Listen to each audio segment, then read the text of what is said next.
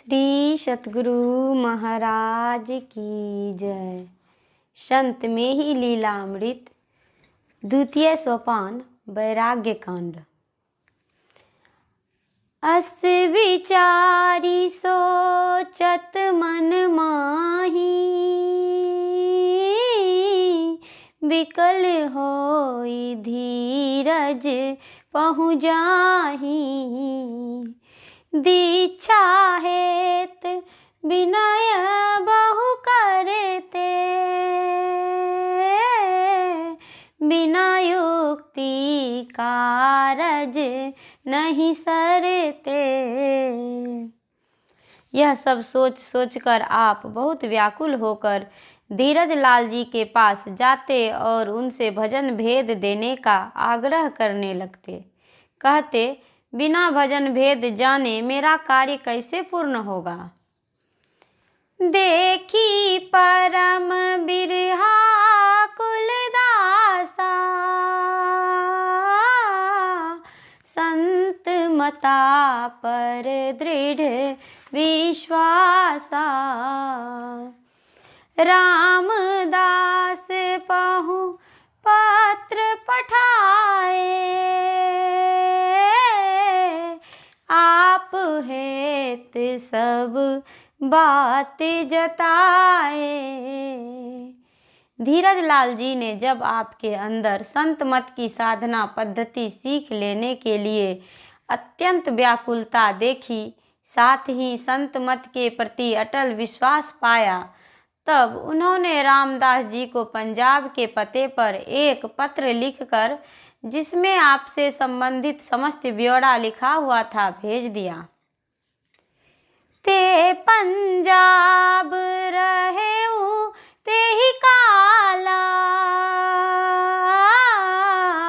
सतगुरु देवी संग दयाला। करे संत मत ज्ञान प्रचारा, ध्यान योग अरु नेम आचारा। वे उस समय परम संत बाबा देवी साहब के साथ संत मत के ज्ञान, ध्यान, नियम, आचार, विचार आदि के प्रचार प्रसार करने में संलग्न थे। मिले ताहि धीरज कै पाती, देखत राम सीत भई छाती। आप हेत पाएउ सब बाता, हरस विषाद नाही उर आता। धीरज लाल जी द्वारा प्रेषित पत्र पंजाब में रामदास जी को मिला। मित्र का पत्र देखते ही उनकी छाती शीतल हो गई। पत्र के अंदर में आपसे संबंधित सारी बातें लिखी हुई थी, जिसे पढ़कर उनके हृदय में हर्ष विषाद कुछ भी नहीं हुआ।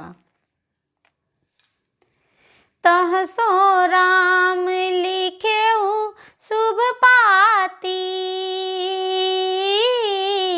आप हेत दीन हूँ सब बाती।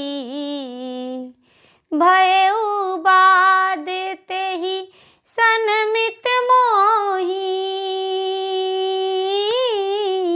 ज्ञान संत समुझावत वोही। वहाँ से रामदास जी ने पत्रोत्तर लिखकर भेजा, जिसमें उन्होंने आपके विषय में लिखा था कि मित्र, संत मत का ज्ञान समझाने में उनसे तो मेरा विवाद हो गया है। भजन भेद दीजै नहीं ताही, ते अविचल गुरुदास कहाई। नहीं कछु सुनई आन कहा भाई,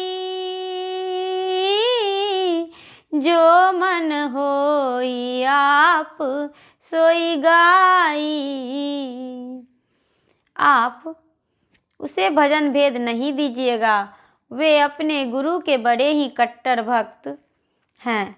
वे किसी की बात नहीं सुनते, जो उनके मन में आता है वही बोल देते हैं। लय पत्री धीरज ताये,